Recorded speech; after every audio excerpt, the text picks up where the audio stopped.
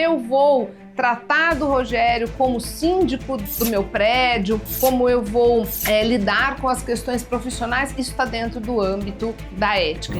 Nós temos uma crescente onda de roubos e desvios nos mercados dos condomínios, né? E são as mesmas pessoas que eventualmente estão no grupo do WhatsApp chamando o síndico de ladrão, ou seja lá o que for, né? Diretamente dos estúdios Superlógica, aqui na Conde TV, começa agora Mais Que Condomínios, o programa que vai surpreender você. E no programa de hoje, um assunto muito bacana e uma convidada para lá de especial, que você vai conhecer daqui a pouco, depois da vinheta.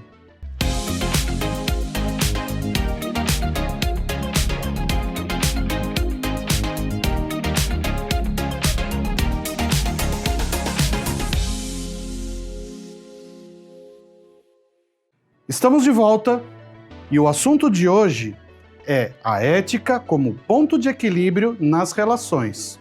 Mas antes, não posso deixar de mencionar os nossos patrocinadores. A Repinte, especialista em restauração predial, a Vem de Perto, aquele mercadinho que o síndico do seu condomínio ainda não contratou para o seu conforto. Cobra ele, hein? E é claro, a Action Group, especialista em AVCB. E aproveita que, como nosso novo patrocinador, eles estão concedendo 10% de desconto se você contratar uma assessoria para AVCB. Bom, chegou a hora de apresentar a nossa convidada, né? Doutora Cíntia Nunes, muito obrigado por ter aceito o nosso convite, tá? E a gente gostaria que, inicialmente, fizesse uma breve apresentação sua para quem está assistindo. Primeiro, é um prazer, Demetrios, um prazer, Rogério, Renata, aqui com vocês. Com muita alegria aceitei esse convite que muito me honra. Para quem não me conhece, eu sou advogada, sou professora universitária e tive a alegria de ser professora do Demetrios. Então, se ainda a gente estivesse na relação professor-aluno, ia dizer que ia faltar um pouco de ética aqui agora, né, Demetrios? Porque provavelmente, talvez, será que eu vou ganhar uma nota? Mas não, gente, o Demetrios sempre foi um excelente aluno.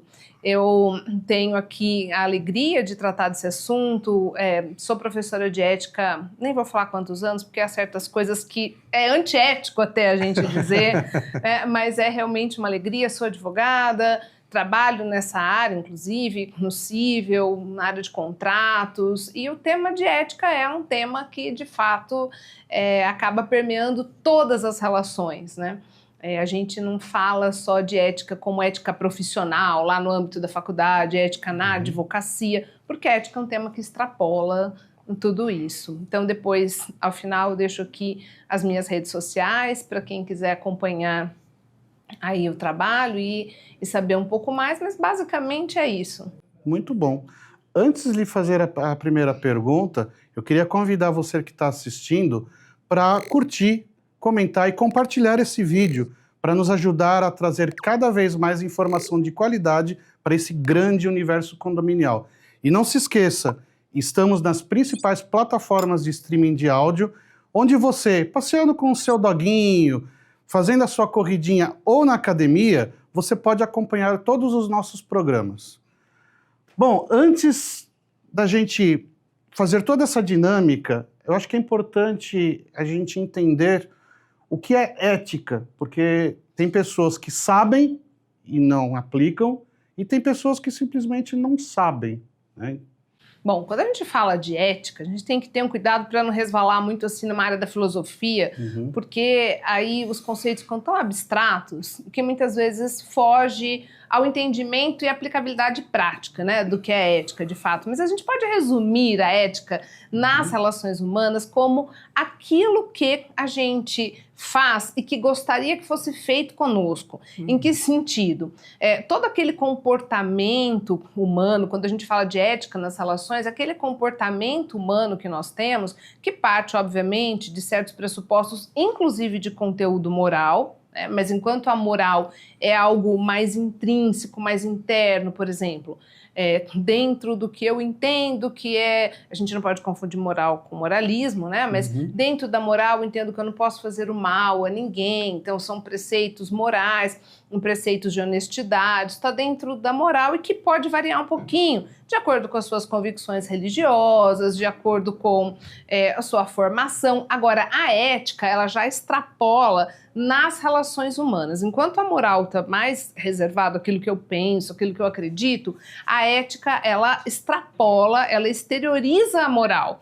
Então, por exemplo, como eu me comporto com você é um comportamento ético. O que eventualmente eu penso de você, da sua conduta, aquilo que vai ficar resguardado à minha esfera, está dizendo respeito à moral. Eu posso condenar, eventualmente, algum comportamento do Rogério intimamente, isso diz respeito à moral. Mas, como eu vou tratar do Rogério como síndico, vamos supor, do meu prédio, como eu vou lidar com as questões profissionais, isso está dentro do âmbito da ética. Então, a ética, ela permeia as relações. A gente pode fazer bem para o pessoal que está assistindo entender mais como se a ética estivesse do lado de fora e a moral está do lado de dentro. E ambas mudam de acordo com o tempo e a localização. Com então, certeza. Tanto a ética quanto a moral de 200 anos atrás na Europa eram diferentes da ética e a moral daqui a 100 anos para frente em outro continente. Com certeza, porque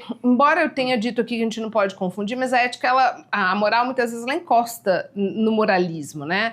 Então, por exemplo, quando a gente fala de certos comportamentos que no passado não se admitia, determinados comportamentos, mesmo, sei lá, vamos pôr uma mulher... Uso do biquíni. Exatamente, eu ia falar, usando conforme a roupa, né? Aí tinha que usar uma saia, não podia mostrar, se a mulher mostrasse ali o tornozelo, já então essa era uma questão moral, encosta no moralismo, né? Mas que são conceitos que eles variam geograficamente, porque a depender também, vamos supor, países de uma religião mais fundamentalista, vai ser um pouco diferente, né? Envolve, mistura bastante com os costumes também, convicções religiosas. Agora, a ética, ela é um pouco mais geral.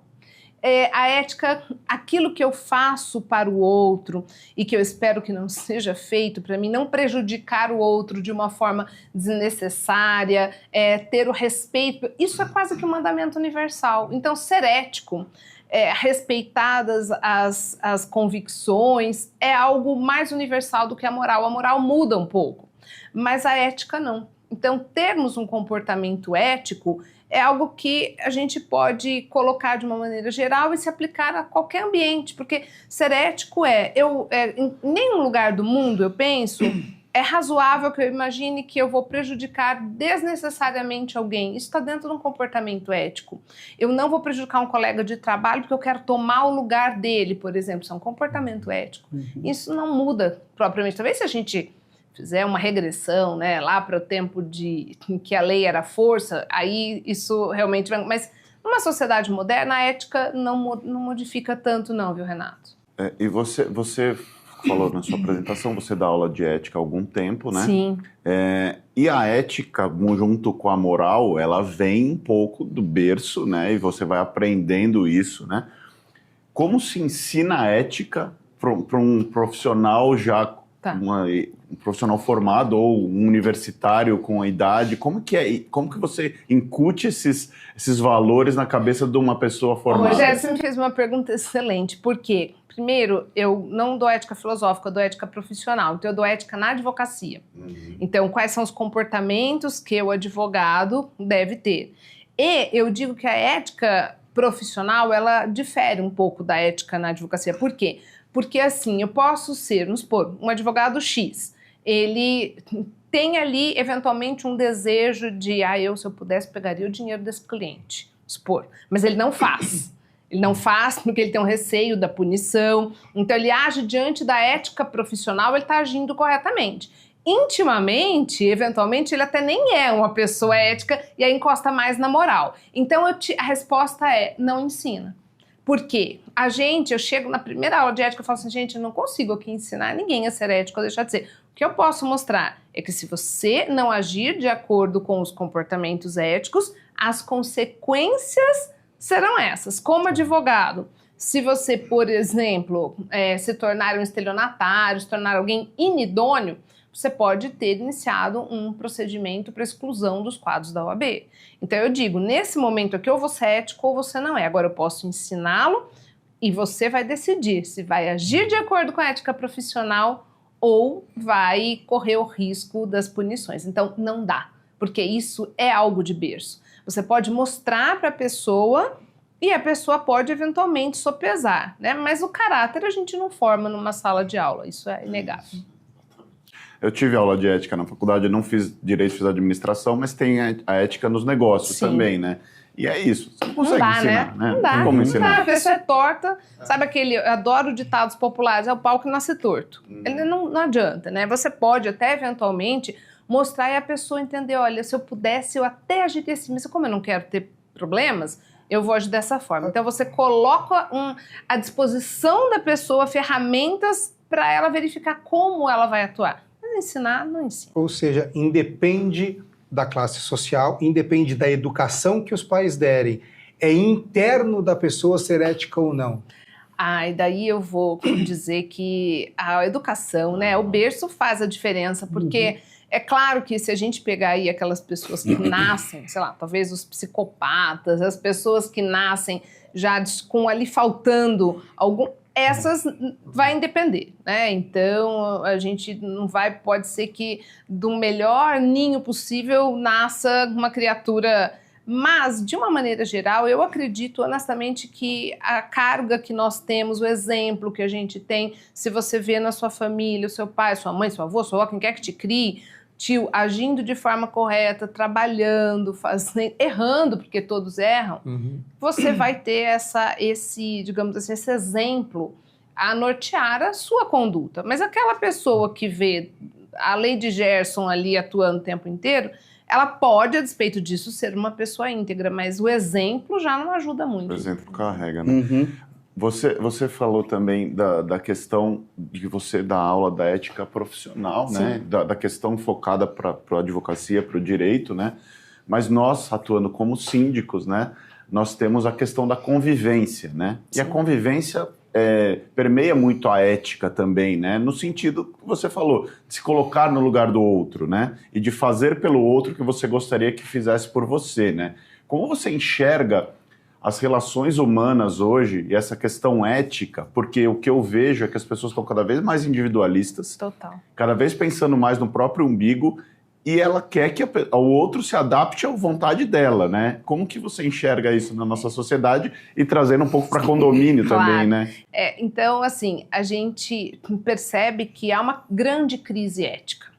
Esse século traz com ele uma grande crise ética, porque as pessoas estão cada vez mais individualistas e pensando naquilo que, se isso não vai me atingir, não me faz diferença, ou se não vai me trazer ganhos, eu também não vou atuar nesse sentido. E faz todo sentido a gente trazer isso para as questões dos condomínios, porque a gente conversava um pouco antes aqui, eu dizia que hoje, pelo tamanho dos edifícios, né, pelas várias torres ali, se a gente pensar muitas vezes da quantidade de moradores, é quase que uma cidade, é quase que a gente tem pequenas vilas com praticamente assim, uma vida própria. E nesses ambientes, mais do que nunca, a ética tem que fomentar ali as relações, não só as relações entre os síndicos e os condôminos, mas também os condôminos entre si, a questão de como se lida com os funcionários, é quase que um microsistema. Administrar um síndico hoje é quase que um prefeito, e eu entendo que é até mais complicado, porque o prefeito às vezes, ele tem um secto ali, né, que o coloca um pouco, o síndico não, ele mora ali, ele desce no mesmo elevador, ele pode estar de manhã num domingo saindo, depois vocês me digam se isso não é verdade, mas vai encontrar lá um morador que fala, escuta, eu quero saber lá porque a dona Maria tá ligando o carro, tá hora da manhã, e você só tô saindo para ir para o aniversário, né? Agora eu não sou síndico nessa hora, sou só um morador. Então a ética precisa vir aliada a uma outra questão, que é o bom senso. A grande crise que eu entendo que a gente passa é o bom senso. Se o bom senso entrasse nas relações humanas, nós teríamos aí uma quantidade de problemas infinitamente menor. É só a gente pensar, faz sentido que eu resolva ligar uma máquina super barulhenta, por mais que eu possa fazê-lo até as 10 da noite, eu vou ligar isso sabendo que eu tenho um vizinho doente. O bom senso iria falar, não, então eu vou fazer isso num outro horário, é meu direito, mas eu posso, eu devo. Essa falta de bom senso não seria total falta de empatia? Também, né? O egoísmo hoje na sociedade, ele é tão grande, foram treinados a apenas terem, porque hoje ninguém tem dever, todo mundo só tem direito. Total. Logo, eu não tenho empatia com ninguém. Sim. Mas essa falta de empatia, ela vem mesmo, acho que o mundo veio numa globalização tão intensa e, de repente, a pessoa se perdeu, no sentido, eu moro numa grande aldeia, mas esqueceu do quem está do lado. Então, a gente se sente mais próximo, às vezes, de uma pessoa na internet que a gente não conhece, a sociedade do quero ser visto e como eu quero ser visto. Mas varre-se para debaixo do tapete todas aquelas questões que a câmera não mostra. Então, é a sociedade da aparência. Nunca foi tão importante estar atrás de uma câmera, fazer bons cliques. É a vida do Instagram e a vida real. E, de fato, a falta de empatia vem e começa com muitas coisas, né? Começa no sentido de, eu não tô nem aí se você não consegue estacionar direito, eu vou estacionar o meu carro aí na garagem do jeito que eu quiser. Eu não tô nem aí se seu prédio, a janela do seu apartamento é do térreo, eu vou ficar acelerando o meu carro para jogar fumaça lá dentro a hora que for. Então, a ética vem permeando tudo isso com o bom senso, com a empatia. Acho que a gente perdeu a mão de conviver. A gente adquiriu 1000 características, 1000 funcionalidades, mas a gente não sabe mais ficar num ambiente sem um celular para olhar para o que está rodando ali, né? E a gente perdeu até mesmo a forma de falar com as pessoas. Percebam que a gente às vezes não consegue falar. Mas sabe o que eu acho que acontece? Muito as tecnologias são boas, né? Mas elas também trouxeram problemas para a sociedade. E um dos grandes problemas que a gente tem hoje nos condomínios são os grupos de WhatsApp dos condomínios. Então, assim, sempre vai ter aquele morador ou aquela moradora que quando o vizinho novo, que às vezes colocou o veículo numa vaga que não é dele, que é de outro, colocam foto do veículo, começam a falar um monte de barbaridade no grupo, né? E muitas pessoas que algumas vezes criticam essa ação, que às vezes foi um lapso, né? Fazem essa ação depois. Só que já são moradores mais antigos e não colocam no grupo, né? O síndico depois fica sabendo, óbvio, né? Então, assim, a falta de ética da pessoa de falar a regra vale para o outro. Por que não vale para a gente, né? Então, assim, como a gente lida com esse tipo de situação? Tocou numa questão que os grupos de WhatsApp. Grupo de WhatsApp é o lugar perfeito para as amizades serem rompidas, né? Para constituir prova para ação de danos morais, porque as pessoas perderam o bom senso e o limite. E para cometimento de crime também. Cometimento de crime. Porque é uma série de questões que entram. Então, filmagens indevidas de condôminos, exposição de crianças e adolescentes, que à luz do ECA a gente não pode expor, as pessoas não sabem disso. Então sai falando, não apura um fato, ao invés de levar até o conhecimento do síndico, primeiramente, registram ali, saem falando nos grupos, como se fossem assim, grandes paladinos da justiça, juízes, já acusa, já julga, só não defende.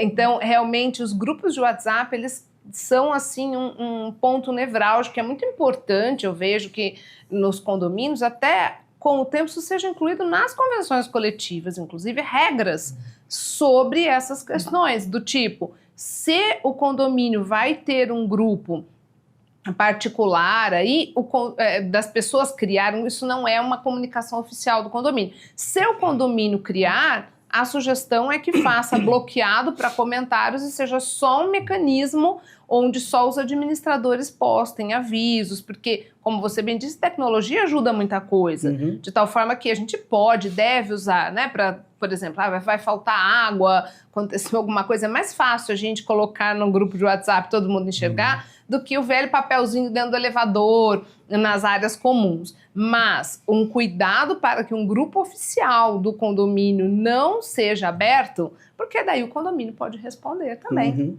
solidariamente, eventualmente, por ofensas e rogadas aí a pessoas. E a gente tem tanto aquele que fala o que quer, como aquele que se fragiliza por qualquer coisa. Então a gente tem o ofensor e o ofendido genérico. Qualquer indireta ele pega para ele. Então tudo foi falado de mim, não foi você, não tem nada a ver com você. É preciso ter um cuidado muito grande, não adianta colocar regras ali. Recomendo que a gente não tenha um oficial e se tiver oficial só fechado para os administradores sem a possibilidade de interação. Porque aí, se as pessoas criarem um grupo deles, um abraço, a responsabilidade deles, de cada qual, né, é que cause os seus problemas aí e depois resolva no Poder Judiciário. Muito bom. Gostaram da dica? Agora tem uma outra dica, mas é para quem está assistindo. A gente vai passar agora o vídeo da Vem de Perto para você ver e ter uma leve sensação do que seria ter um mercadinho no condomínio onde você mora. A Vem de Perto é a melhor opção em mini mercados e padaria para condomínios e empresas, com mais de 350 lojas próprias. Praticidade e conveniência ao alcance do seu condomínio. Bom, né? Já pensou um mercadinho? Você tem mercadinho no condomínio onde você mora? Onde eu moro, não, mas eu tenho alguns condomínios que eu administro. Muito bom, é legal. Muito legal isso, né? Bem interessante, porque facilita. A gente hoje pega determinados bairros que não tem exatamente... Bota ter algumas redes aí que praticamente tem um por esquina, mas a gente ter isso dentro do condomínio, eu não tenho a menor dúvida que é o que a gente chama no interior de uma mão na roda, né? É, maravilhoso. Uma coisa falando sobre os mercados e sobre ética, né? Nós temos uma crescente onda de roubos e desvios nos mercados dos condomínios, Nossa. Né? E são as mesmas pessoas que eventualmente estão no grupo do condomínio, do WhatsApp, chamando o síndico de ladrão, ou seja lá o que for, né? Então, para a gente pensar como que é esse descolamento da realidade da pessoa, né? A pessoa faz uma coisa que realmente é errada, antiética e é um crime, porque ela está roubando uma questão, um produto, e ela está apontando o dedo para o outro e mostrando uma coisa que ela nem tem como provar, né? O nome disso é hipocrisia, Exato. Né? As pessoas acabam sendo hipócritas, elas alardeiam uma atitude ética, são paladinos da moral, mas desde que você não olhe o que a pessoa está fazendo. E detalhe, se você apontar, ela sempre tem uma justificativa. Ela nunca está errada. Sim. Então é muito complicado porque as pessoas perderam realmente essa coisa de você imaginar, eu gostaria que fosse feito comigo dessa forma, e elas perderam o poder de se, não sei se é o poder, mas essa habilidade de se colocar no lugar do outro. Não importa, a música que eu gosto eu escuto alta, pouco importa se as outras pessoas gostam, mas se o vizinho escutar uma música que seja absurda, daí tá fazendo. Eu me recordo quando, há muitos anos, quando eu era estudante de Direito, fui morar pela primeira vez num prédio, e aí, uma república, mas era uma república assim, eu, mais duas meninas e tal, e o síndico, isso que eu falo, ser síndico não é fácil. A gente odiava o síndico, porque o síndico, ele tudo, se a gente tivesse algum barulho, ele lá falava, os vizinhos estão falando que vem de vocês. E aí não éramos nós, era um barulho, porque você é república de você. A gente descobriu que na verdade era um vizinho, que era um velhinho, que ele resolvia martelar não sei o que de noite, mas o julgamento total do prédio era que eram as jovenzinhas ali na época, porque eram estudantes. Então isso, olha, já faz quanto tempo? Quer dizer, não muda muito, né? O que vai mudando é que agora as tecnologias permitem filmar, fotografar, aí você expõe a pessoa na internet, depois fala, não fui eu. É muito complicado. Os responsáveis agora por isso não são mais as repúblicas, são as locações de curta temporada. Sempre é o apartamento que faz locação por curta temporada. Airbnb ou outras, né? Sempre. Isso é uma situação complicada, que entra na questão da ética da gente pensar que quem vai ter essas locações, e a gente sabe que alguns prédios nem permitem, né? Que tem ali na convenção, não permite que... Embora tenha discussões em relação a isso. A discussão também. é grande. Bem grande, porque é o direito de propriedade, uma limitação. Mas, se a gente analisar, há vieses importantes. Porque é uma questão de segurança, né, que você, eventualmente, ali não vai saber, a pessoa tem uma entrada, uma situação, mas minimamente existe uma ética que determina um dever de que essas locações tenham com base contratos em que a pessoa esteja ciente das regras do condomínio. Então, talvez até mesmo os condomínios que permitem tenham ali um termo que tenha que ser assinado por essas pessoas com comprometimento das regras, com as questões, porque para não vincular só juridicamente o locador, mas sim também o locatário, porque senão a pessoa sai dali e aí vai ficar aquela briga de correr atrás, o cachorro correndo atrás do rabo. Né? Eu faço isso eletrônico. Quando o hóspede, que é o locatário, né, vai se cadastrar para entrar no condomínio, que a maioria dos condomínios tem facial hoje, ele tem que fazer... Já dá um ok. Ele dá um ok online e ele já diz que está ciente de todas as regras. É o mínimo, né? Porque senão a gente... embora a gente sabe que esses deu ok, a pessoa não leu nada. Sim. Não leu nada, não E sabe... se ela assinar, também não vai ler. Então... Com certeza. Né? Mas que realmente é importante, sim. E há determinados imóveis, né, que se a gente parar para pensar, eles têm ali algumas limitações nesse sentido. Embora, como advogada, eu vou dizer que eu estou do lado de que diz assim, não pode ter praticamente limitação nenhuma. Como uma questão que é muito... Eu sou uma ativista da causa animal, então... Demetrio foi meu aluno, sabe que meus gatos apareciam toda hora na frente da câmera ali, as gatas participavam da aula, e eu entendo assim, cabível, eu quero ouvi-los, né? Agora eu vou fazer a inversão aqui, sobre a questão eu entendo que é inconstitucional a questão da proibição de ter animais dentro do condomínio. Se eu moro naquele local, claro que há limitação de quantidade, do tipo, eu não vou criar, sei lá, um cavalo dentro. Aqui em São Paulo são 10 pets por unidade e você consegue por 3 meses 13, caso tenha tido uma cria. Mas depois desses 3 meses tem que voltar no máximo 10. Mas isso é uma regra, mas a gente sabe que tem condomínios que simplesmente batem o pé e proíbem. E proíbem da pessoa ter ali um único animal, ou de circular. Eu vi uma notícia, não era nem um caso, que a pessoa era obrigada a descer com o pet no colo, não podia estar dentro. Contra a lei também. Então, assim, mas tem, não tem? Tem, Vocês sabem que isso tem. Mas isso é fruto da teimosia dos moradores nas assembleias. Porque por mais que o síndico vá na assembleia e... Assim, o síndico profissional é um especialista, né? Então, o que o síndico fala, ou deveria ser, o que o síndico profissional fala numa assembleia, ele tem base para isso. Muitas vezes ele tem do lado dele um jurídico, que é do condomínio, que fala, gente, esta regra ela é inconstitucional, não pode ser aprovada. Ainda assim, se aprova. Né? De novo, é a falta de empatia. Mas deixa eu jogar uma pimentinha na nossa conversa. Depois eu passo, isso não é a minha opinião, tá? Mas, nos Estados Unidos, nós temos condomínios onde você, ao comprar, já sabe que lá não pode ter criança. Ao comprar, você já sabe que lá não pode ter pet. Então, ali é uma comunidade que sabe que se eu ingressar ali, tem regras. E a regra é, não tem crianças e não tem pet. Exemplo. Vamos trazer para cá.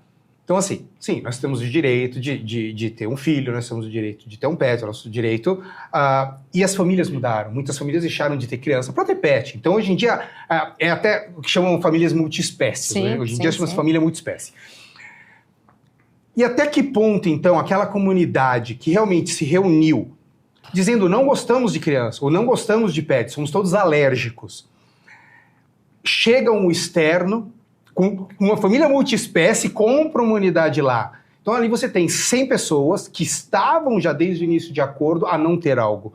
Chega um multiespécie e tem o direito de ter. Então, eu sou contra a gente proibir, eu acho que um filho é uma coisa maravilhosa, que Deus abençoa. Eu acho que um pet é uma coisa maravilhosa para quem não pode ter filhos ou para quem prefere por N mil motivos.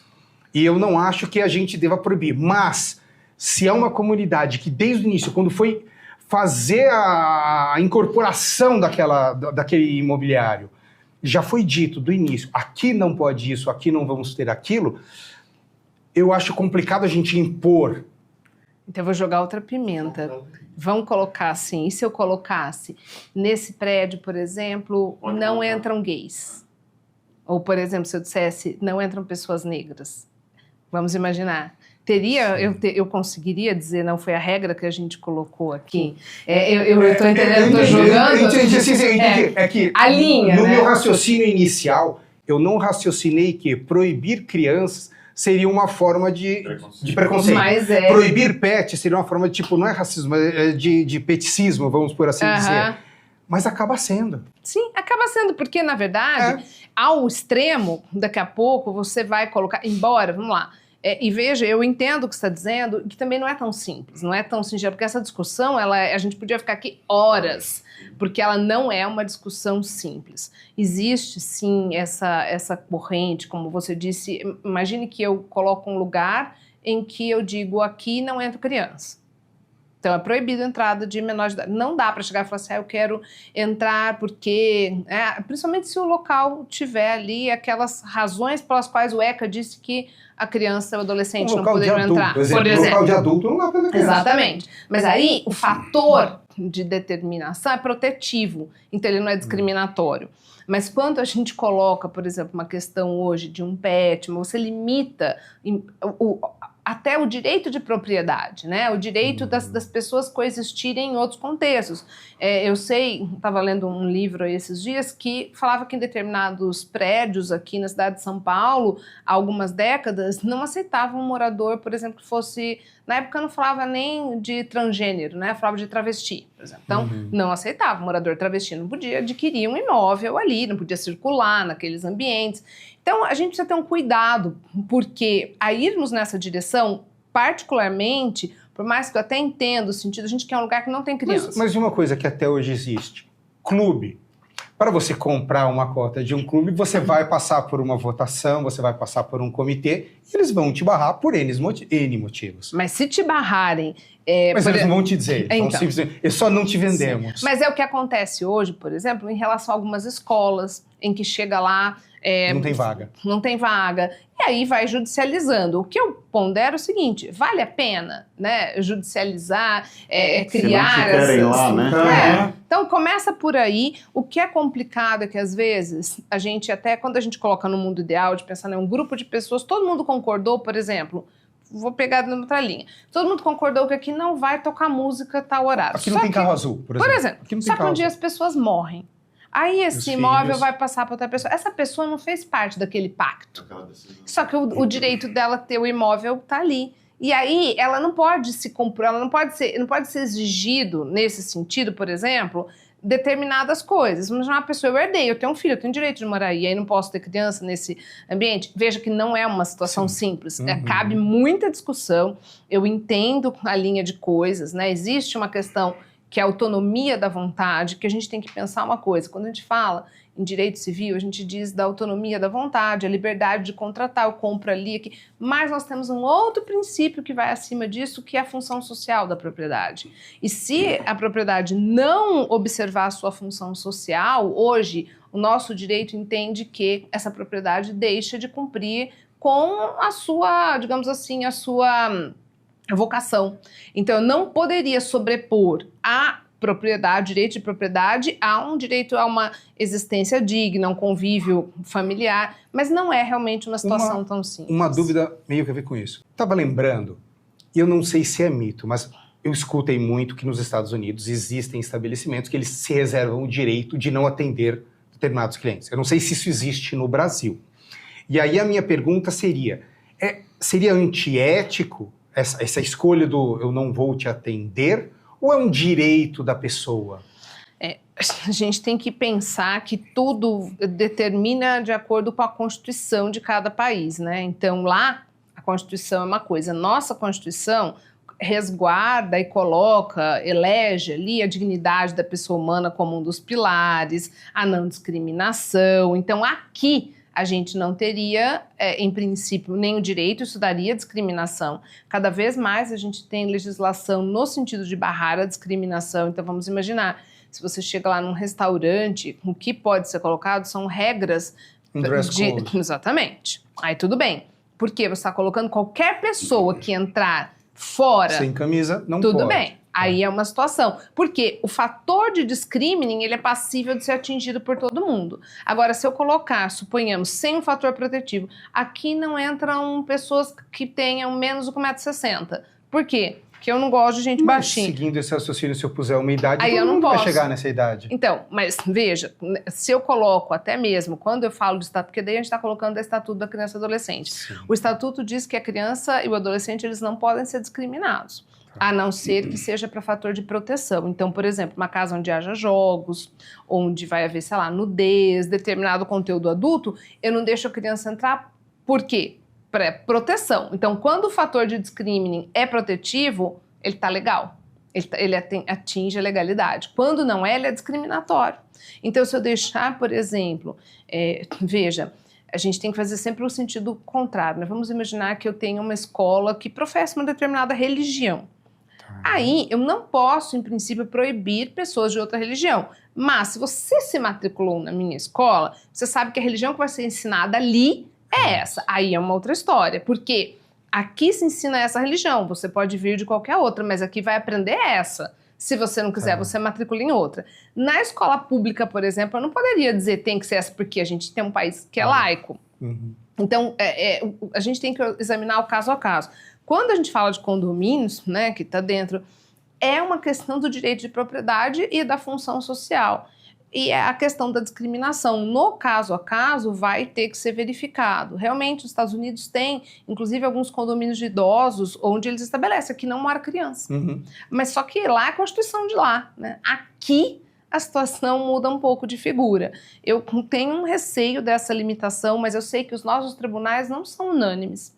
A gente vai encontrar locais onde onde acaba ali valendo a questão mais formalista, dizendo aqui a gente vai encontrar a Convenção Social do Condomínio diz isso, então a gente não vai ter a possibilidade de ter animal. E tem decisões nesse sentido. E a minha dúvida, por exemplo, hoje nos Estados Unidos, na verdade há muitos anos, um porco é tido como pet e é um animal inteligentíssimo. Sim. O pessoal acha que e hoje porco tem é os burro, mini, porco não é burro, os não. mini porcos. Não, mas eles têm uns grandes, Sim. já há muitos anos. Aí você começa a ter animais como um furão, como o esquilinho. Agora tem mini cabras. Já viram essa Sim, uma coisa mais linda. Eu, se pudesse, teria todos. Então, tem umas mini vaquinhas, tudo. Mas eu moro em casa, então ninguém ia poder... Mas aí eu te pergunto, tudo bem, o nosso condomínio pode ter pet. Qual? É uma vaca? É um porco? Então. É uma cobra? Por que uma cobra de 3 metros não pode ser Então, pet? em princípio, não tem essa limitação, tá? Você não pode colocar o único pet que tem aqui é cachorro e gato. Mas a gente tem que ver que aí entram outras questões. Por exemplo, se eu colocar um animal, suponhamos, além da quantidade, eu posso ter, ninguém poderia me barrar, por exemplo, se eu tivesse um porquinho pet. Por quê? O cheiro, as coisas, é a mesma situação. Uhum. Ele é um animal tão limpo que as pessoas jogam ele lá no meio da pocilga, mas Não, é a mesma regra. Uhum. Então não teria. Agora, suponhamos, será que eu posso ter um cavalo? Porque um cavalo ali dentro, primeiro, para ele descer, para acessar as áreas comuns. Então a gente pode ter, que a depender do tamanho, isso não cabe dentro daquele determinado tipo. Então aí entra a razoabilidade. Entra a razoabilidade da gente avaliar. Da mesma forma que tem uma quantidade, a quantidade está voltada a assegurar que a gente não tenha um barulho excessivo, um cheiro excessivo, porque tem isso também, né? Se tem um lado importante da gente dizer aqui, você tem direito a ter o seu pet, tem direito a ter seu filho, não estou comparando uma coisa com a outra. Sim. Mas, de tudo, você tem que ser responsável. Então, o seu filho não tem o direito de sair Ah, porque ele é criança, sai batendo, tocando campainha de todo mundo, jogando bola nas áreas internas ali, fazendo risco na porta dos outros. Da mesma forma, você tem que zelar para que o seu animal, por exemplo, um latido, é a mesma coisa, uma criança uma hora vai chorar, tá tudo certo. Mas a gente sabe que tem animais que sofrem de síndrome de separação, aí o dono deixa o animal sozinho, o animal uiva a madrugada inteira. Também os outros não têm obrigação. Se a gente pode ter um limite máximo de pet, e eu concordo, a lei está furada num ponto, 10, só que não importa se são 30 metros quadrados ou 600 metros quadrados. Eu acho que deveria haver uma proporção, né? Uma proporção, mas independe. Por que não se pode ter um limite de filhos? Porque 20 filhos também vai ter muito barulho, também vai não caber no espaço. Algumas convenções até têm limite de morador por unidade. Porque senão a gente pode acabar transformando determinadas unidades assim, sei lá, uns cortiços. Mas aí a gente não está podando a quantidade de filhos que eu possa ter? Aí, na verdade, assim, se você tem uma limitação de moradores ali, isso em princípio pode até ser levado na justiça, tá? Mas ele está mais ligado a uma questão da razoabilidade. Você não está proibido de ter filhos, não está proibido de ter pets, está proibido uma quantidade que não condiz com aquele tipo de moradia, aquele tipo de lugar, onde há limitação, porque onde não houver também, se você tiver 350 filhos e couber lá, eles vão ficar. Tinha um programa americano que o cara teve, acho que primeiro 4 e depois 8, era uma coisa assim, foi quadrigêmeos, depois 12, 13 famílias. Falou, mas foi só 2 vezes que ele teve filho. Não foi que ele não vai nem caber, né, naquele local. Então, assim, a mesma coisa do pet. Por exemplo, eu posso ter, esse número também é um pouco furado, porque se eu tiver um aquário com peixes, eu posso ter 120. E aí o condomínio vai ser razoável, de não vai chegar lá e falar assim, minha senhora, abre o aquário, vamos fazer o censo. Ainda mais quem tem lebiste. Esse lebiste e aquele carazinho pequeno, pode ir embora. Mas porque se contar num dia, no outro dia, se contar o lebiste, tem mais 80. Eu tenho um aquário de lebiste, gente, não tem como. Então, não é neste nível de coisas, né? Mas, por exemplo, você não vai ter 20 cães dentro, vai ter cheiro, vai ter barulho, por mais que você cuide. Então, aí é uma questão da convivência, é uma questão da razoabilidade e do bem comum. É a função social também da propriedade. Não é fácil mensurar tudo isso. E na casuística, a gente pode ter casos que extrapolem e que vão eventualmente parar até na... E aí, tem uma situação que me incomoda muito e como ativista aí, é uma coisa que não vai dizer respeito a todos os condomínios, não sei se vocês já passaram por isso, que são aqueles animais comunitários que vivem dentro de determinados condomínios. Que estão soltos na área comum. E que aí tem pessoas que alimentam e um pessoal que é o chato de vacina. E aí a gente tem casos que vão até parar na polícia porque maus tratos, um absurdo. Não sei se vocês já tiveram alguma coisa. Já tive com Saruê. Uma condômina, ela foi fazer um boletim de ocorrência. Pelo amor de Deus. Porque... O Saruê é silvestre? Mas ele vem, né, na época de reprodução, a depender de onde é o condomínio, ele vem. Ele é próximo de uma área bastante... Mas ele poderia ser chamado até de... Porque assim, a minha pergunta foi... Por ele ser silvestre, ele não entraria como um doméstico coletivo. É que ele não entra, porque os animais comunitários que são cuidados, ali tem gente que cuida, por exemplo, do macaquinho, saguizinho, e aí ela fez um BO. Fez um BO. Contra alimentar? Contra alimentar os... Pelo amor de Deus, né? Isso que eu falo, a ética da gente pensar assim, tá bom, um dia vai acontecer alguma coisa com você, você não vai querer que haja ali uma restrição aos seus direitos nesse nível. Eu particularmente penso que tem gente que o tempo não melhora, só faz condensar o azedume, sabe? E aí você vê umas pessoas que brigam por tudo. E tem tempo livre também, né? Falta do que fazer, né, gente? E outra coisa, o que tá... Se você dissesse, não, a pessoa está alimentando animais ferozes que estão entrando aqui, colocando em risco a segurança, mas vamos saber, além do que ele tem um papel ecológico monstruoso, porque ele se alimenta de escorpiões, ele se alimenta de filhotes de cobra, ele acaba fazendo ali um papel na cadeia alimentar benéfica para o ser humano, ele é inofensivo. Então, assim, minha senhora, né, vai arrumar o que fazer. Exatamente. Trazendo um pouco de novo para a questão dos condomínios e da ética em si, a primeira coisa, se você colocar no Google síndico vai aparecer ladrão, né? Então, existe, é uma coisa que a gente combate muito. Nós temos uma certificação que chama Síndico 5 Estrelas e a gente luta muito pela moralização e pela atitude ética dos síndicos nesse sentido, mas é a bola, é o ganho por fora, é você ganhar porcentagem de contratos e tal, né? Como isso se encaixa, eu sei que não se encaixa, mas como isso se encaixa na ética profissional e na ética de negócios, né? Sim. Isso vai totalmente contra qualquer... Inclusive, tem até muitos advogados, né, que trabalham que desempenham essa função, ou que acabam, pelo menos eu tenho visto vários colegas que acabam muitas vezes nem advogando e indo mais para esse papel, até para conhecer a lei e tal. Mas é realmente algo assim muito preocupante essa pecha, né, que o síndico leva, porque na verdade é muito mais uma coisa que se paga por alguns, né, você pincela alguns exemplos ruins e a gente sabe que tem, e essa profissionalização é o caminho de se evitar que aquela pessoa que está ali no prédio, que muitas vezes nem sabe administrar nada, ele aceita muitas vezes ser condômino, ser síndico, porque ninguém quer, e alguém tem que assumir essa bucha. Então, no interior é mais difícil, em cidades menores, a gente ter os síndicos profissionais. A gente normalmente é uma pessoa ali, um morador mais antigo que fala, eu posso, ou que tem, às vezes, aposentado, que vai ter um tempo de parar as coisas para poder fazer. E, infelizmente, o exemplo mal de alguns, como você falou, contratar parente, receber comissão, às vezes também acabar, quando são advogados, pegando ali causas, fazendo captação de clientela no condomínio. Então é uma coisa ruim. Você falar nessa questão, você dá aula de ética, o que diz o código de ética em relação a essa questão da separação de funções, né? Porque eu sei que o advogado tem uma série de vedações, né? Sim. Então ele não pode... Em princípio, assim, ele pode ser síndico e advogado, o que ele não pode fazer é usar da posição de síndico para captar a clientela.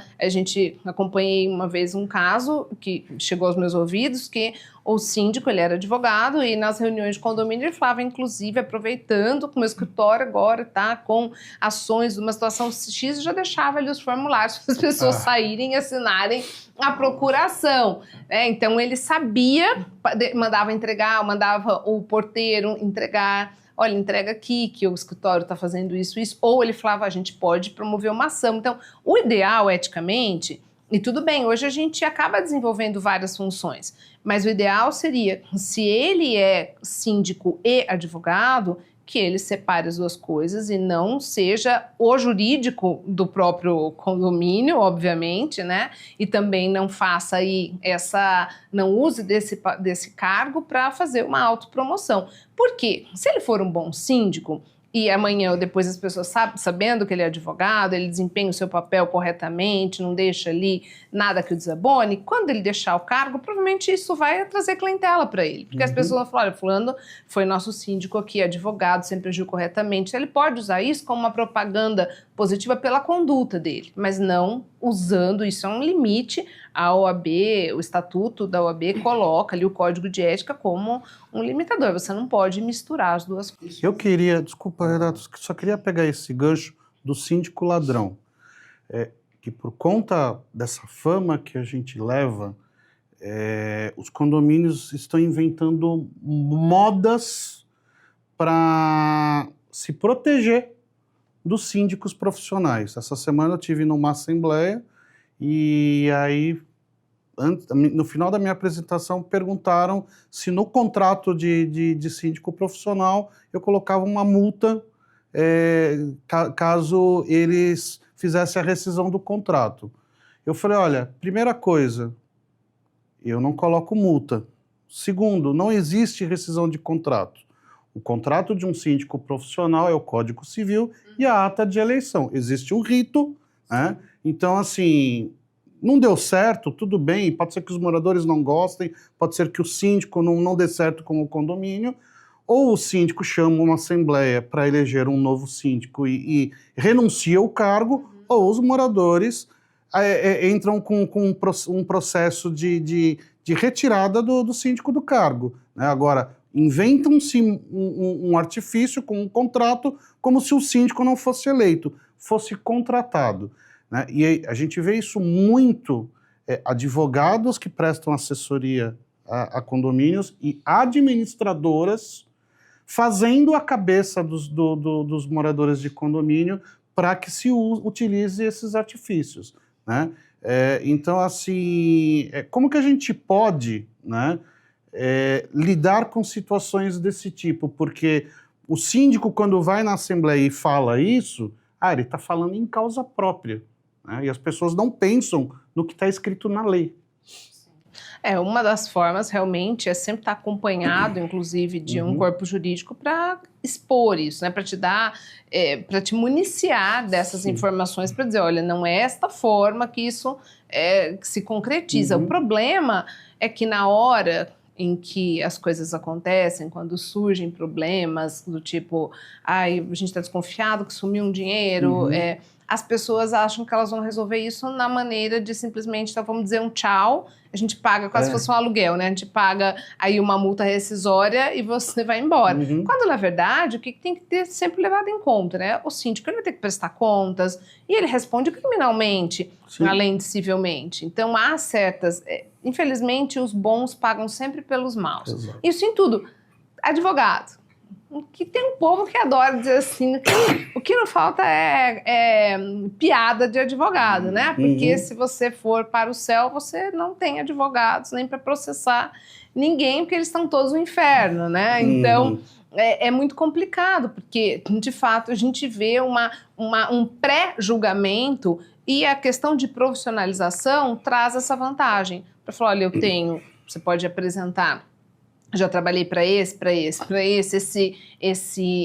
fator aí que vocês colocaram de, tem 5 estrelas, então você vai colocando maneiras de demonstrar o seu passado, a sua atuação, o seu currículo, digamos assim, né? Porque, de fato, a gente sabe que quando as coisas eram muito amadoras, a gente tinha tanto aquele coitado que fazia tudo certo, acabava perdendo o final de semana e só tomava bronca de todo mundo, como tinha aquele que, ao calar da noite, se aproveitava, né, e acabava desviando o recurso. Porque isso não é porque é o síndico, é porque é o ser humano. É a pessoa, é isso. Infelizmente. Em qualquer posição que ela tivesse, ela ia fazer igual. Exatamente. Inclusive dos advogados, é o que eu falo sempre, né? A gente não pode julgar um pelo outro. Eu costumo dizer, às vezes eu vou me apresentar e a pessoa fala assim, mas a gente já teve síndico profissional aqui e não deu certo. Eu falo assim, se você for num médico que errar o seu diagnóstico, você não volta em nenhum médico, exatamente. Não faz sentido, né? Não faz sentido, mas é isso, né? As pessoas, elas têm uma impressão, uma situação ruim, porque eu penso que isso também é um reflexo da sociedade do pra já que a gente vive, né? Então é a sociedade pra já. Se alguém fala, você me manda um negócio, a pessoa, você virou as costas, a pessoa, você já não me mandou? Calma, eu vou mandar daqui a pouco, quando eu estiver em casa. Então hoje as pessoas se estressam. Imagina se fosse da época que tinha que mandar carta, né? Acho que o Demetrio chegou a mandar carta, eu cheguei a mandar carta. Mandei bastante. A gente mandava carta, você tinha que esperar, chegava a carta, tudo bem, não se trata de um saudosismo, ninguém quer voltar a mandar carta, mas também hoje essa coisa de você não me respondeu de manhã, porque eu te mandei ontem 1h da manhã e você não me respondeu, hoje já são 8, você não respondeu, isso vai nessa linha também, né? As pessoas, elas não, é uma geração hoje que não admite ser contrariada. Então, não sei se é uma geração, não vou falar de... É uma sociedade que, de alguma forma, não admite ser contrariada. Então, não foi bom, aquele fez assim, você vai fazer igual, também já não te quero mais. É imediatismo das relações. E aí eu queria trazer essa questão da ética para as relações de trabalho, né? A gente vê aí muito síndico profissional ou síndico morador, não importa, e até nas empresas, aí na área privada, os patrões muitas vezes têm uma relação complicada com seus funcionários, né? Às vezes há uma bronca que é dada na frente dos outros, quando deveria ser dada numa sala reservada, explicada a situação, né? E a gente percebe que isso está cada vez pior, né? E não só da parte do empregador, mas também da parte do funcionário. Né? O que está acontecendo, né? O que talvez possa estar acontecendo, que essas relações estão bem desgastadas. Tem uma teoria que é porque as pessoas hoje vivem muito mais no virtual do que no presencial. Uhum. E elas não sabem mais interagir. As pessoas perderam a mão. A gente perdeu, você vê muita gente perdeu a coisa de falar oi, por favor, bom dia, boa tarde, porque até as mensagens chegam assim. Percebe que as pessoas não mandam assim, olá, eu sou fulano, ninguém se apresenta. Sim. Mas você recebe uma mensagem, você já tá lá, você não sabe nem o que a pessoa tá falando.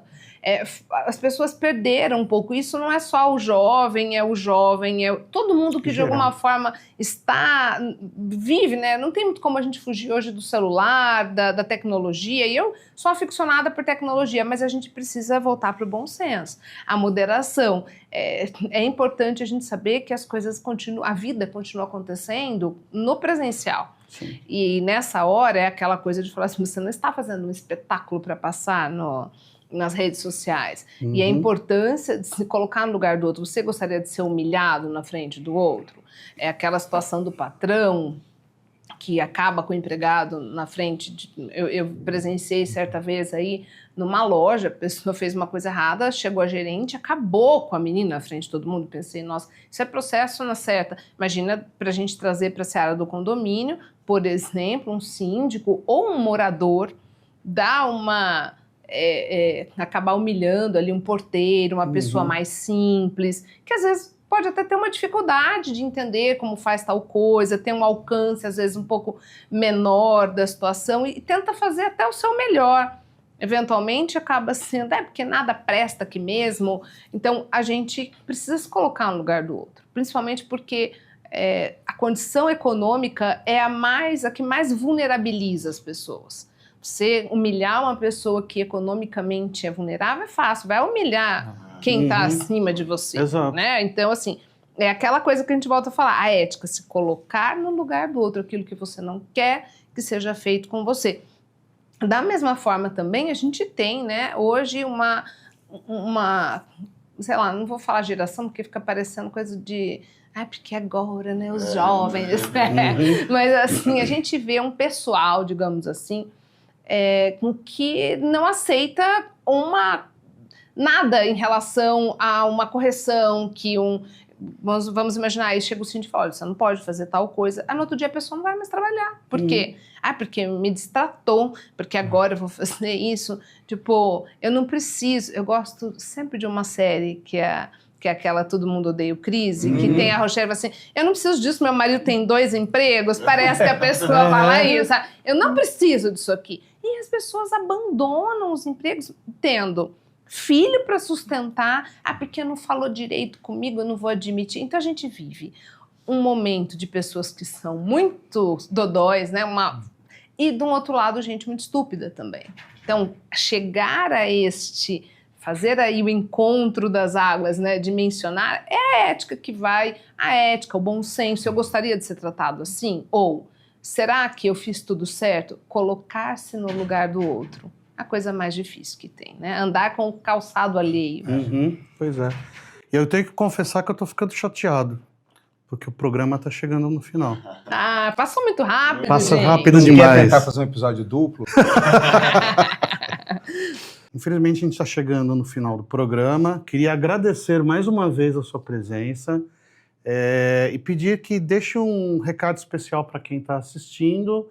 E se quiser deixar suas redes sociais para os espectadores, né, fica à vontade. Bom, vamos lá. Primeiro eu quero agradecer, foi um prazer, a conversa fluiu muito rápido, muito tranquilo.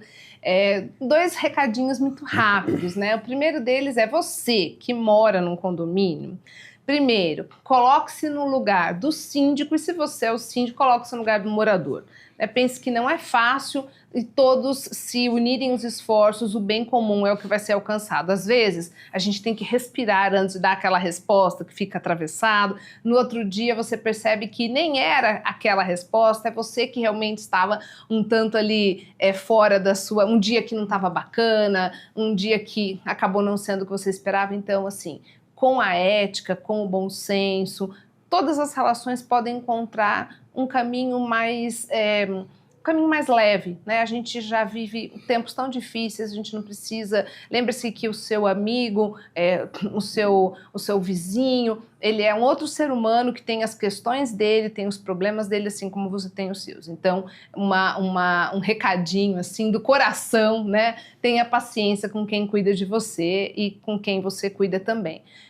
Se vocês quiserem me seguir nas redes sociais, eu estou no Instagram como @CínthiaNVS.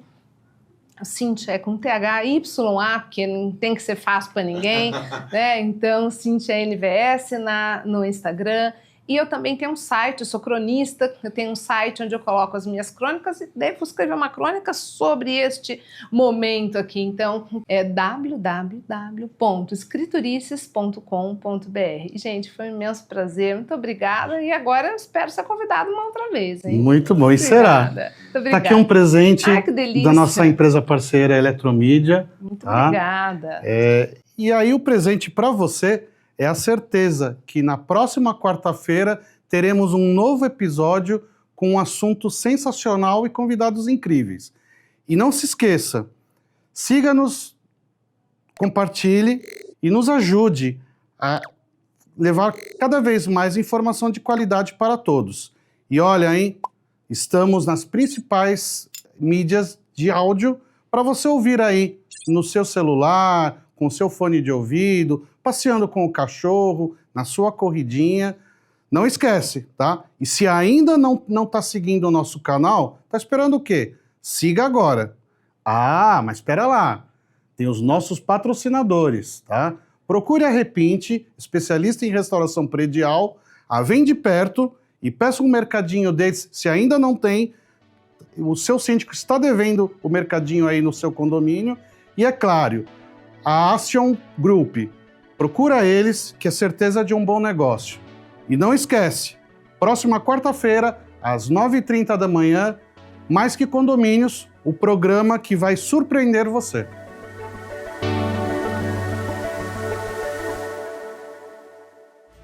Conde TV. Informação de qualidade e credibilidade é aqui.